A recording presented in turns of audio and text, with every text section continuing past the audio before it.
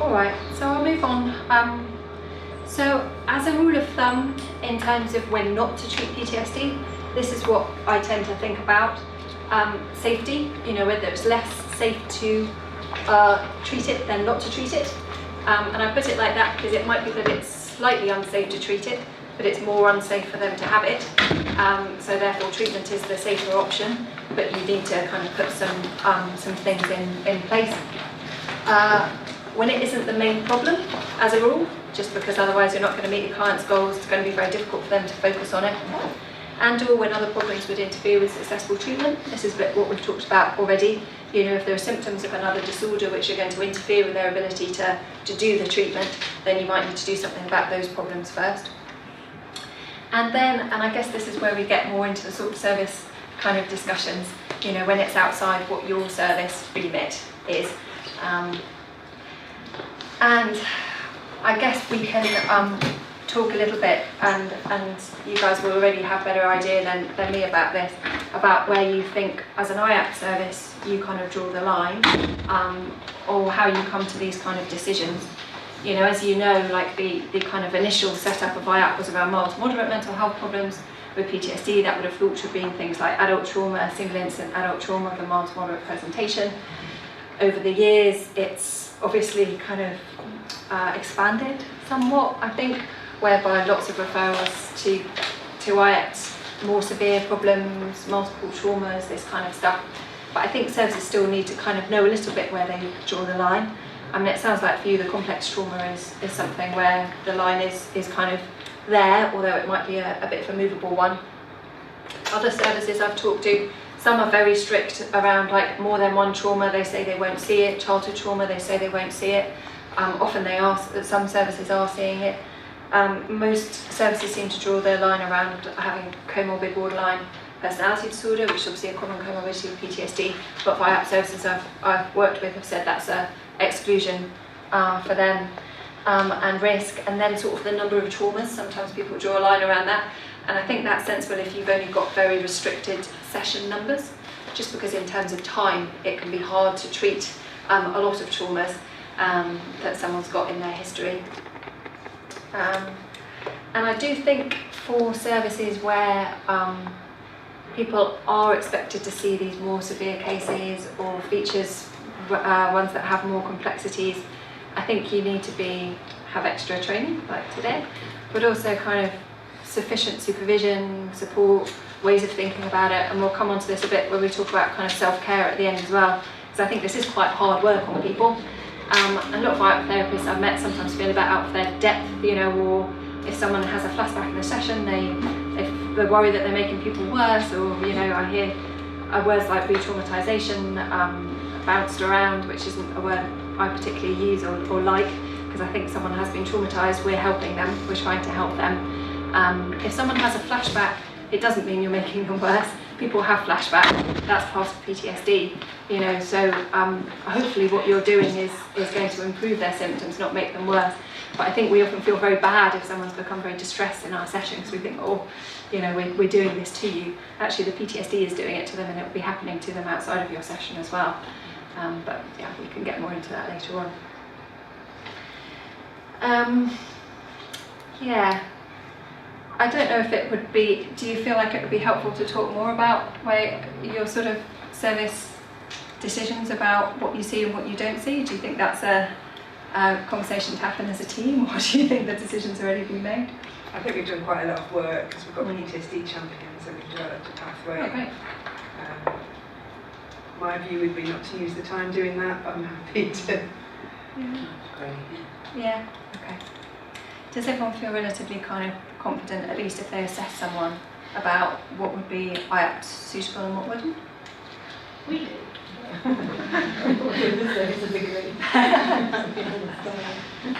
I think the tricky thing is you don't always know. I mean, the way people are assessed is kind of a very, in my view, it's a very short assessment, really. Yeah.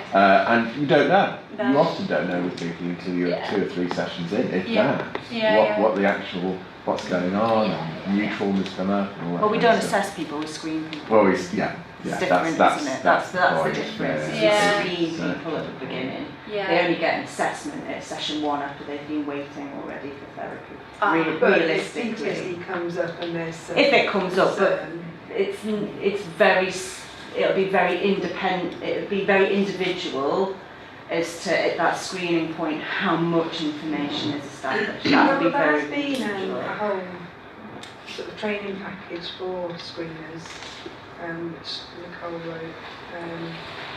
And in terms of the PTSD champions, are you getting to do quite a lot of action? Yeah, so we get regular emails, and obviously a lot of those emails are about getting more information, so it does mean that people are getting contacted to gain that information so that we can better establish whether it falls within a more complex presentation. So they've got various information, crib sheets and things that they're using, and the senior PWPs are using those as well, so they can speak to duty about it. as So well. you're right, it's more long-winded than a screening, but some extra work is done for a lot of those cases.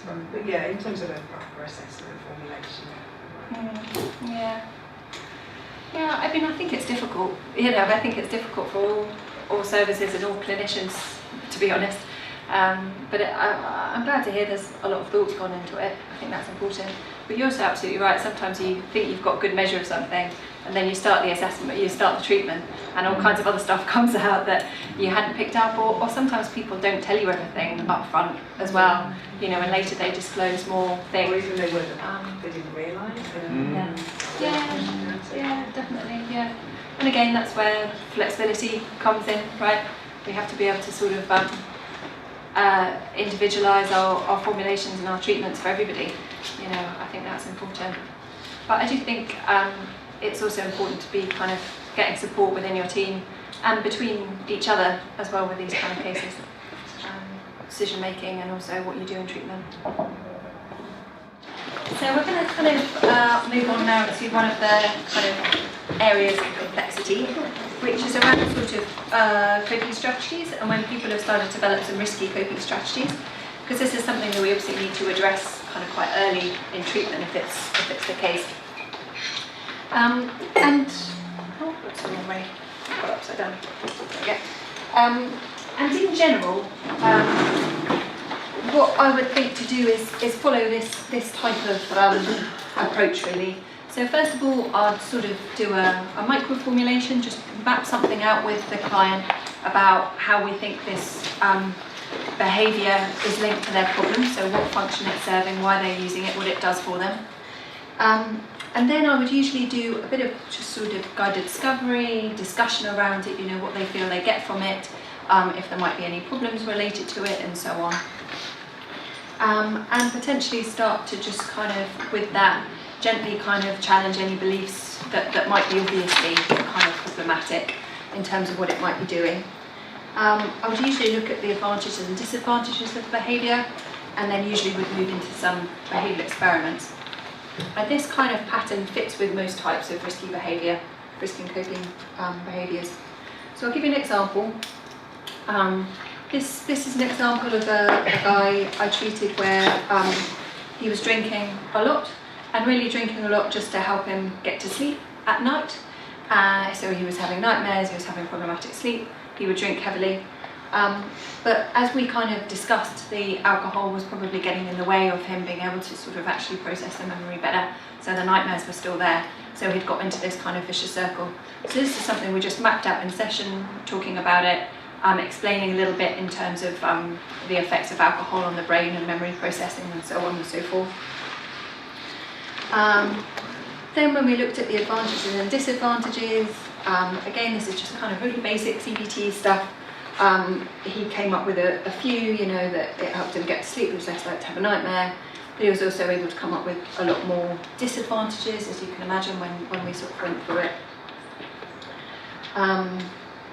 So we did some behavioural experiments around, and this is a kind of a typical one with a coping strategy where you might get people to do like a few days where they use the coping strategy, and then a few days where they don't use the coping strategy or they use a different one, and then you just kind of compare the difference, you know. And our outcome was to sort of compare how much sleep he got, how many nightmares he got, and how groggy he felt. And it was harder for him to get to sleep without the alcohol initially, but he felt a bit better in the morning, and he had the same number of nightmares either way, it turned out. And he realised the alcohol doesn't stop the nightmares, it does help him get to sleep, but his sleep quality was worse.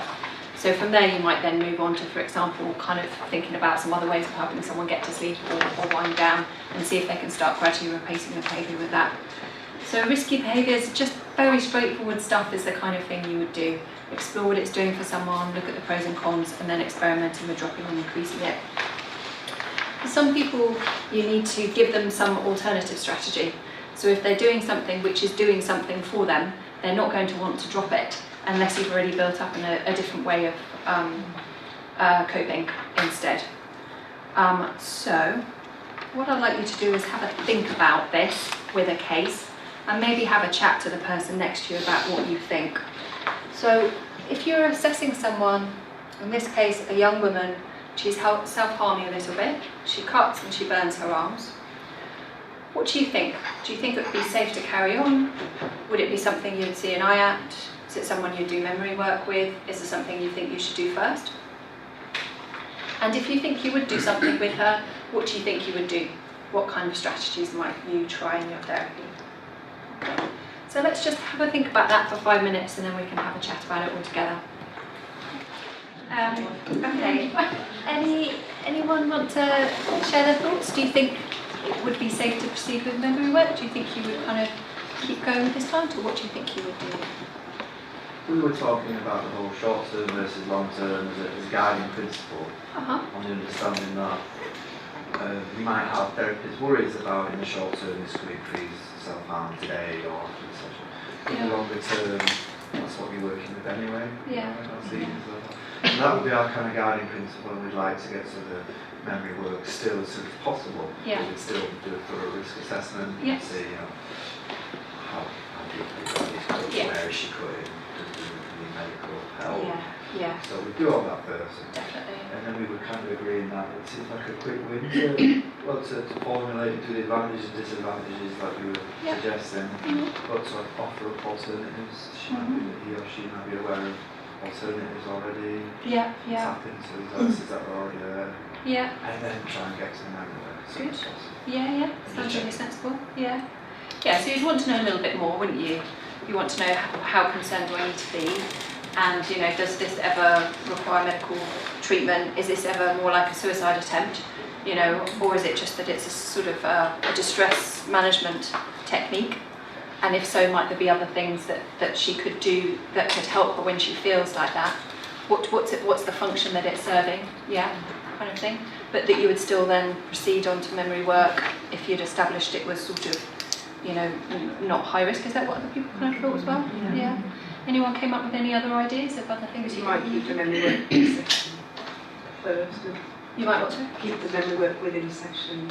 Within session, right, yeah, good idea, yeah, rather than set too much homework at first. Yeah, I think that would be sensible as well. And you might want to go into the memory work a little bit gently as well, and just sort of monitor the behaviour and see if it increases, or if there's any kind of additional problems that come up as a result. Can I just ask you, if people are self-harming as a way of avoiding difficult feelings, they're doing that during the course of memory work, Yeah. is that going to sort of, I don't know if you don't talk about the situation, do you, but is that going to get in the way of sort of progress? Yeah. In what way do you think it would get in the way of progress? I mean, I don't know, I was like, we were talking about drugs and alcohol, whether that Yeah. using them gets in the way of, Yeah. I suppose it feels like the period for a couple of days after Yeah. you do reading a session is quite, Important. it's quite important, yeah, and if Yeah. you do sort of spend that time self-harming to avoid Yeah. fears. Yeah, I think it would depend a lot on the nature of it, the level of it, the frequency, and what it was doing for somebody. Because I think people have different reasons for doing it, and it serves different functions for people. So with PTSD, for example, sometimes it's actually more like a grounding thing. People are feeling cut off a lot of the time, and it's a way of sort of feeling something. And therefore I would be a bit concerned if we'd done some memory work that was happening a lot, because that suggests that I haven't got them properly grounded, and I'd want to spend more time working on that to make sure someone that is kind of, okay, and not kind of cutting off all of the time or having flashbacks or anything like that.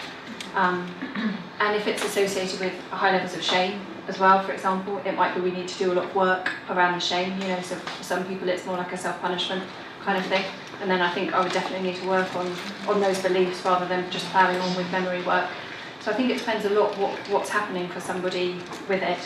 And as I say, for some people it's just a way of coping with like a build-up of negative feelings, you know, it's like releasing a pressure valve, I think. And in that case, ideally we want to try and help people find an alternative way of doing that before we could proceed. So yeah, I'd be uncomfortable if I was doing some memory work and then afterwards someone was going home and self-harming. So I would want to try and reduce it before we started, definitely.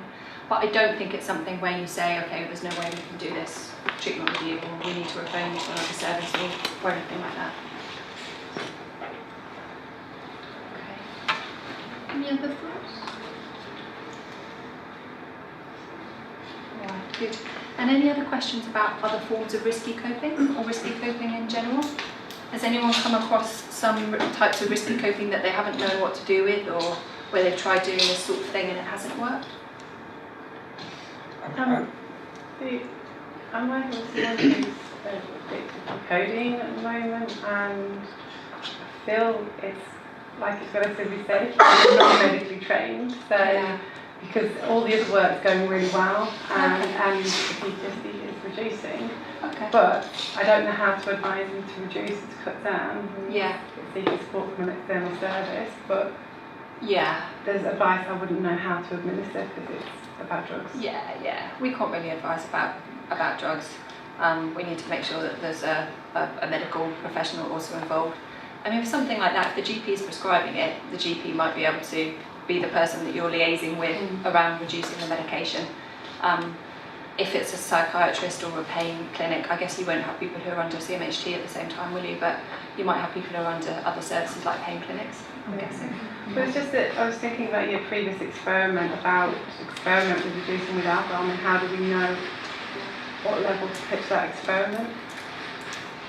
Because if somebody was addicted to alcohol to then not drink one night might have Okay. physiological problems. Well, Yeah. they wouldn't be in the service. Yeah, I know that, yes, Yeah. but there are sometimes when we're just not sure, we don't know. Yeah. We can only go with what the patient tells us, but Yeah, I mean that's true also. Sometimes people aren't completely honest about how much they're drinking, are they? Yeah. And I think with the alcohol, and this has happened to me before, where I thought, okay, it's in manageable levels, they don't seem to be dependent on it, it seems to be post-traumatic, so it wasn't a problem for them before. You know, I think we can work with this through a stabilisation phase, you know, or through this kind of work. And actually, as we've got into it, I've realised that they're more seriously addicted than I thought. They haven't been able to cut down just through my help. And at that point, I've had to get alcohol services involved, or ask someone to get some treatment through them and come back to us. So, you know, your plans might change, you know. Yeah. And I think with addressing risky behaviours, if you're not able to get them under control, you don't proceed. You know, you make a new plan. For some people, you can manage it within the first few sessions, and then you can progress the memory work. For some people, your whole treatment course might just be stabilisation. If it's just not happening, you know, if it's going to take more time and they need to. So, for example, with this case, it might be that you need to spend a lot of time working on other ways of managing distress and giving more alternatives, and you don't progress. I think that's a possibility as well, or it might be you need to refer to other sources. So I don't think all risky coping behaviour we will be able to manage within a sort of a short-term intervention, for sure. And as you say, assessment, you hopefully will try and screen that, but you know, some people might come through where it seemed more manageable than actually it turns out to be. I think I find it tricky when you've got those people who maybe they're quite isolated, maybe they're quite vulnerable and have lots of flashbacks and all that stuff, and then they say things like, you know, I go for walks at about 2 a.m. in the morning around my area, and thinking, why are you doing that? What, you know, Right. so that different types of risky Yes. behaviour. Yeah. Well, And they yeah. don't speak any English either. I'm thinking of Yeah. a specific person, Okay. and if they needed help, are you going to be able to communicate to get that help? Yeah, sure. Yeah. Well, again, I'd do the same kind of thing. You know, I'd look with them at what's it doing for them. You know, formulate a little bit. What's the role of that behaviour? and then look at kind of costs and benefits with them, and sort of try and work out whether it seems like it's doing something good or whether the disadvantages outweigh the advantages. I mean, I'd be interested in why they're doing that, but I don't know if people have. You might not be as geeky about PTSD as me, but this transition from DSM-4 to DSM-5, you know, there was a new symptom that got added to diagnosis around risky coping, you know, doing things that might put yourself in danger. That wasn't in DSM-4, it is in DSM-5, and that's partly because it's very common. You know, it's actually more common with the more complex trauma things as well.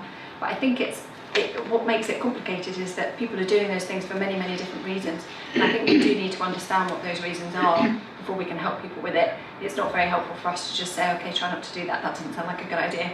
You know, we need to work out what the function is and so on. But I remember treating a lady, this was when I was working in South London, and one of her goals was to be able to walk around the park at night again, because she used to do that. She used to wander around Clapham Common at night. And I lived quite near Clapham Common at the time, and I was thinking, I'm not sure I would wander around there at night. And I'd also treated someone fairly recently who'd been assaulted on Clapham Common when he was taking a shortcut across there at night. But but I didn't say anything when she was setting the goal. And then about halfway through treatment, she was getting a lot better. She said, I went for a walk in the park last night, it was wonderful, you know, and I said to her, oh, right, you know, what did that feel? She said, you know, there are some slightly sketchy types, but I've got a massive dog and, you know, they just steer clear of me. So I just never said anything about it.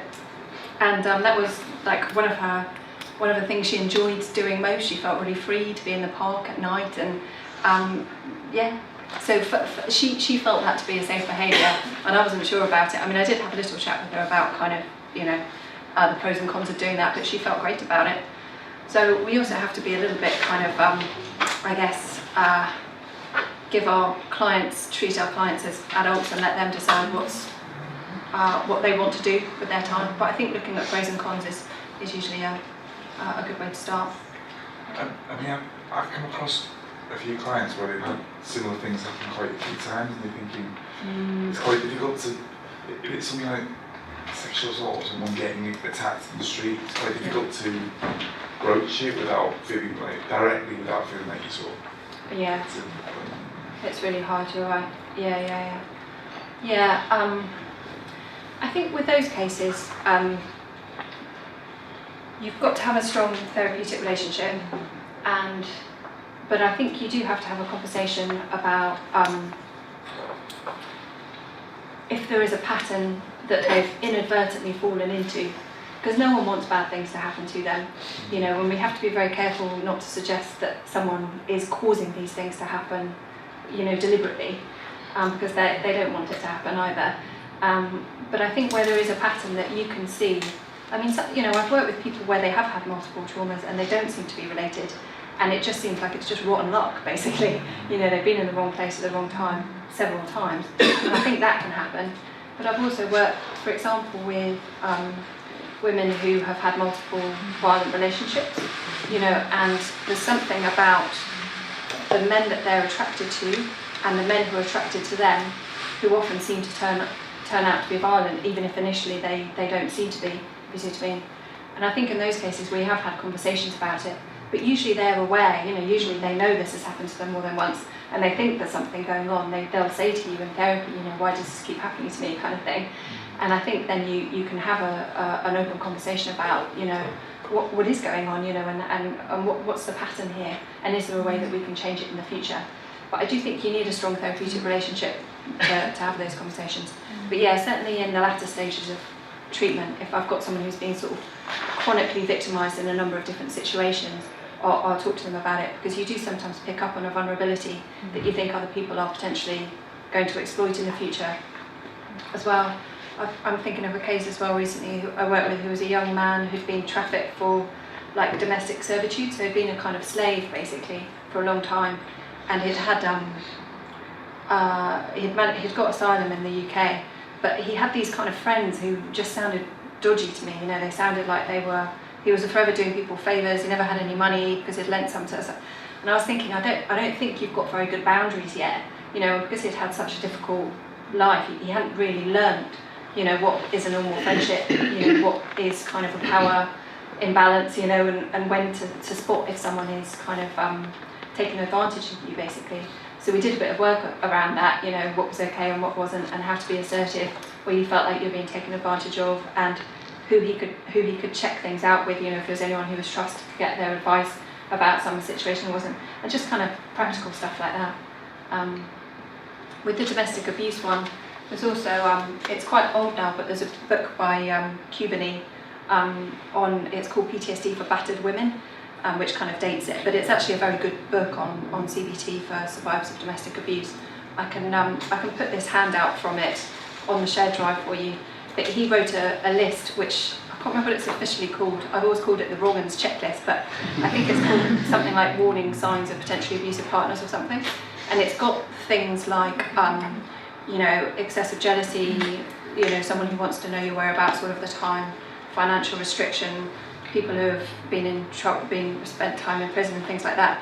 And the idea is that for people who aren't very good at making those decisions about potential partners themselves, it's kind of like a checklist they can go through and just kind of have a look at it. And obviously not everyone who spent time in prison makes a terrible partner or anything like that, but it's a kind of a starting point for people to have a conversation with it, about it with a kind of someone that they trust their opinion on and that kind of thing. So, but yeah, it's an interesting point. Okay, so let's move on then and talk about kind of memory work and how and when to flex it in cognitive therapy. So I'm going to talk about a few different types of memory work issues that you might come across. The first lot are kind of to do with the therapeutic window. So that might be people who dissociate a lot, people who are very numb and flat, and it's hard to kind of get any affect from them when you're doing memory work. And people who are the opposite, who they kind of fly straight out of the therapeutic window as soon as you go near the trauma, and it's very difficult to kind of keep them in the room. And then we'll see how we're doing for time. We might need to do these latter two in the afternoon, but we'll talk about kind of what you do when you've got multiple memories and how to decide where to start and so on, or memories where they're quite merged together, so someone gets an intrusion and there's lots of different types of memories in there. And we'll talk briefly about gaps in the trauma memory as well. Okay. So just to give you a kind of theoretical background, some of you might be familiar with Chris Bruin's model of PTSD, and he's got this idea that trauma memories are qualitatively different from kind of normal autobiographical memories. And the way that they're different is that they're stored as what he calls SREPs. By the way, you might, those of you who studied a longer time ago might remember it as VAMs and SAMs. He used to call it VAMs and SAMs, which was verbally accessible memories, which are now he calls contextualised representations, or situationally accessible memories that he now calls SREPs, or sensory representations. So the terminology has changed a little bit, but don't worry if you don't remember that, you just ignore what I just said. But I do think it's a very interesting point, because people with PTSD will tell you that those types of memories, their trauma memories, do feel quite different to normal memories, and they feel much more sensory. Okay? When they come back, it's not something that sort of, it feels like a memory from the past, it feels like it's happening again, they can see it, feel it in their body, taste it, hear it, you know, it's a kind of a full sensory experience. And I think of it a bit like kind of music or sound waves, okay? So this is the same piece of music as a sound wave and as a line on a musical score. But with a sensory representation, with what our clients are experiencing, it's as if it just comes in that very raw form, okay? Just like a kind of blast of noise, the memory, okay? Whereas a contextualised representation, what a memory is normally like for us, is it kind of makes sense. We can link it in with other memories and stuff we already know. We can control it to a certain extent. It's a bit like you kind of made it into music, you've made it into a musical score, okay? So our job in therapy, I think very often, is turning these into these, yeah? Helping people make sense of the memory and put it in a different form. And the brain can sort this out, it can make sense of this much easier than it just can this kind of overwhelming wall of sound, which is what trauma memories feel like. That make sense? Okay. And when I talk about kind of contextualised information, I think you might even think about it as like a whole musical score, you know, like a whole orchestra of different things, you know, because you've got your kind of the meaning level, how you understand the events in relation to other things you know, what sensations feel like, the thoughts, the images, the emotions, the physical sensations, proprioception. So what a memory is made up of, it's actually all of those different levels, okay? And I'll explain why this is important in a minute, but basically when we're trying to relive and so on, we're trying to help people make sense of what happened on all of these different levels, okay? so that it gets a kind of complete memory trace in the brain. Hopefully it's making a bit more sense. So you might have come across the idea of a therapeutic window before, okay? That, you know, what we want to do in therapy is actually activate, bring online some of the emotional and cognitive processes that someone is experiencing in order for us to be able to work on it. You know, Beck said that change happens in the fires of affect. You know, you have to feel something in order to be able to make some kind of cognitive changes. And in PTSD that's definitely true, and that's why we bring the memory online in trauma-focused treatments. But if someone is too high on this distress scale, they're not going to be able to bring about any change. They're going to be too distressed to make sense of it. They won't be able to concentrate or focus or bring in new information. So I think sometimes what we need to do, and if you think about this within the kind of sound wave metaphor, is kind of get the volume right on the trauma memory, okay? If it's too quiet, they won't be able to make out the detail, you won't be able to get all of those different levels out. And if it's too loud, it will be kind of overwhelming, they won't be able to think straight, okay? So we're opting for that kind of middle level in the therapeutic window, or the sound wave at kind of a mid-level, yes? A comfortable listening volume, if you will. Okay, I'm going to talk about this case in a minute, not just yet, I'll come back to it. Okay, so what we want in our therapy session is for this to happen. When we do memory work, we bring people into the therapeutic window, they stay there, and then we bring them out of it at the end of the session, yes? In dissociation, what seems to be happening is this, I think, that people are getting very distressed and then they're cut off. Okay, so they drop right out of the therapeutic window. When I talk about dissociation, I mean any way that someone is cutting off. So that might be a flashback, like a dissociation where they go into the memory, or it might be a cutting off where they just get very numb or they get a blank, and either way you're not going to get very far because they're not in the room with you, they're not grounded. Okay. I don't know if people have come across this model before. Is it familiar to anyone? No. I'll put the paper in your Dropbox. It's by Albert and Schauer, and it's an idea about why dissociation happens, thinking about the kind of fight or flight response to threat. And the idea that they have is that fight or flight is only the first part of it. So fight or flight is when we get that kind of initial kind of uproar of adrenaline to get us to do something in the situation, right? But when we're in a situation that we can't get out of, that doesn't do us any good anymore. And that's when we move into what they call a flag and a feint. They call this the 6 Fs. So rather than just fight or flight, we also have freeze, fright, flag and feint.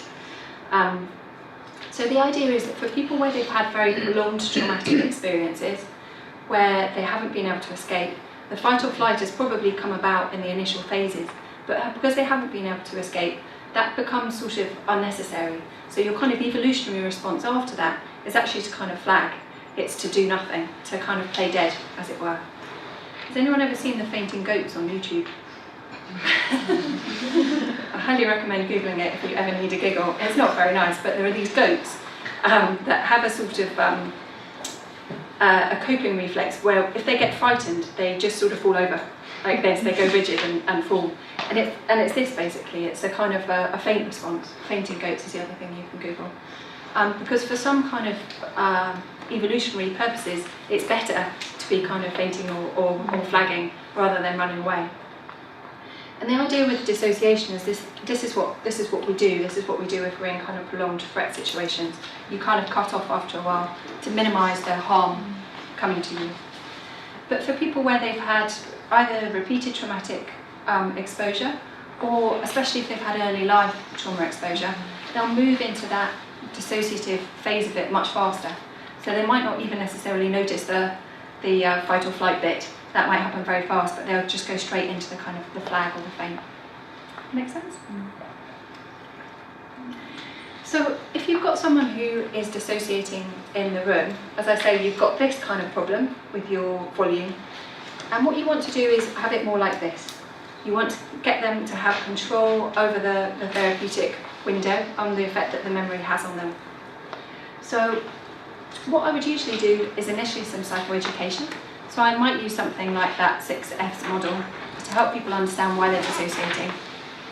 And obviously we always want to be kind of normalising with people.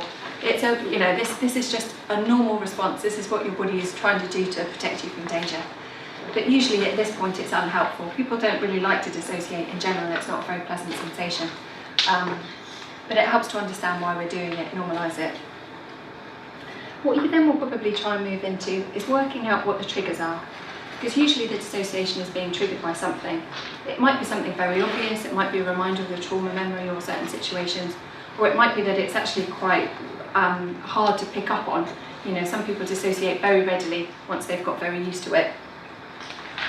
And then really the main sort of interventions with dissociation are grounding and stimulus discrimination, and we'll just revise those in a minute just to make sure everyone's really clear on them.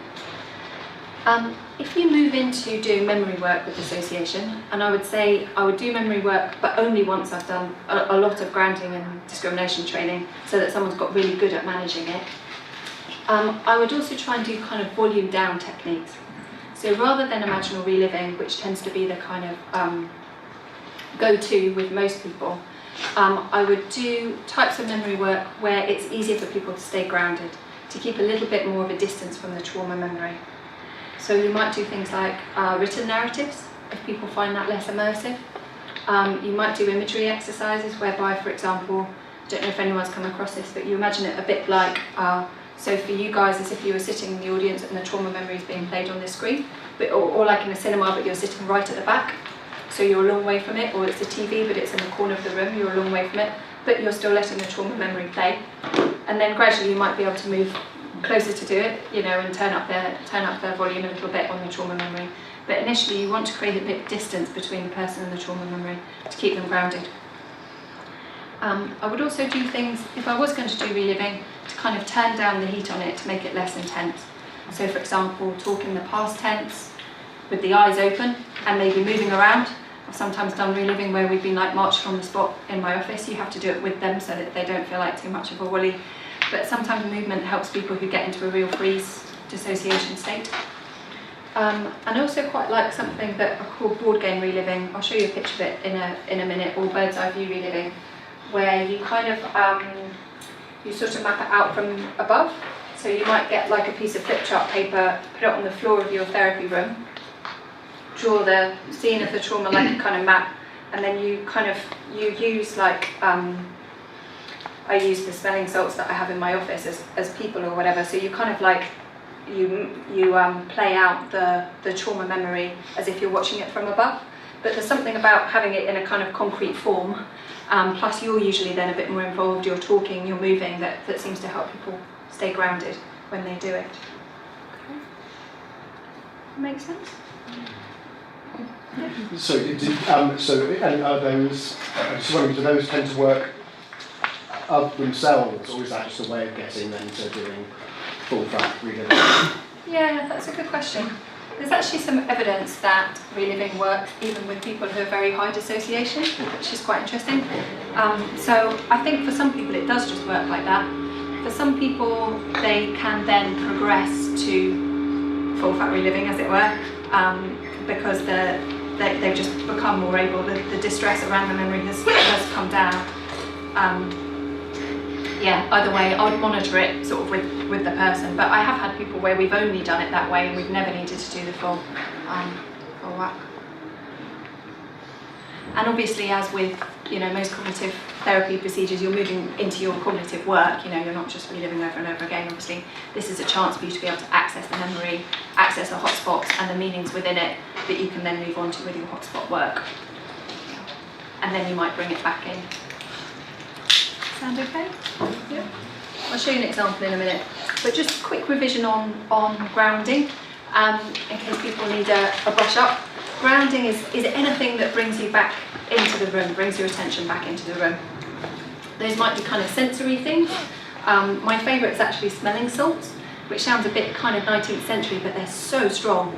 If I should have brought some with me, I usually carry some around, but they'll bring tears to your eyes, to be honest, and they tend to ground people very effectively. And they're relatively cheap. You can get them on Amazon or whatever. I have some in my office, but I would also get my clients to carry them around with them so that they can ground themselves quickly and accessibly. It's the kind of thing you can have in your pocket or whatever.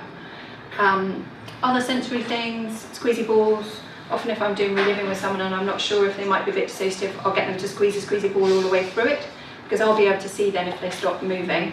And you can say to them, keep squeezing the ball, and then you'll be able to check if they've still got their attention in the room enough to hear you to do that. The old elastic band on the wrist. Ice, some people find that really effective. I do, but it's a bit impractical because it's just hard to carry ice cubes around you.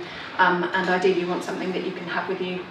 Movement, especially if people freeze when they dissociate, is a really important one. If I've got someone who's a bit frozen in my room, I'll get them to start moving, wiggle their toes to start with, and then their leg, and then we might stand up and walk around a little bit. I think that's a good way of getting people out of it. Verbal ones, if someone's in your room and you're not sure if they're dissociating, get them to just look around the room, notice where they are, and maybe start naming things in your room, like, can you name 3 things in my office that are brown? Or can you tell me what the names of the books on my shelf are? Or something like that, just so that you are getting their attention into the room and out of the memory. I wouldn't touch someone necessarily, unless you've spoken about it before and you've agreed that that's an okay way to ground them. And if you do touch them, I'd only touch them on the arm if they do agree it, just because you can give someone a bit of a fright if you start kind of, touching them unexpectedly. Yeah, all good on grounding. And then if someone's very dissociative and we need to practice it, I'd suggest using a kind of grounding diary like this one.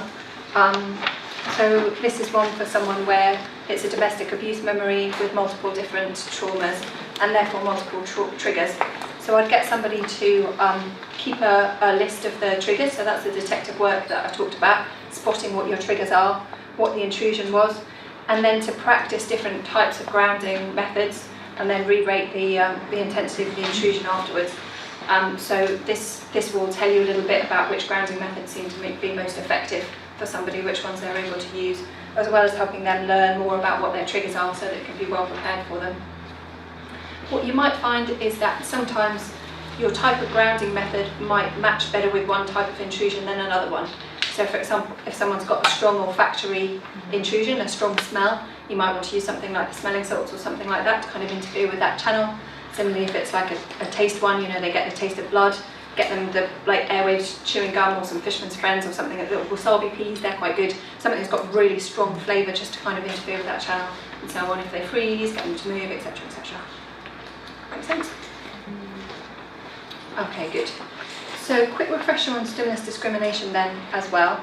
So stimulus discrimination is our method for treating triggered memories.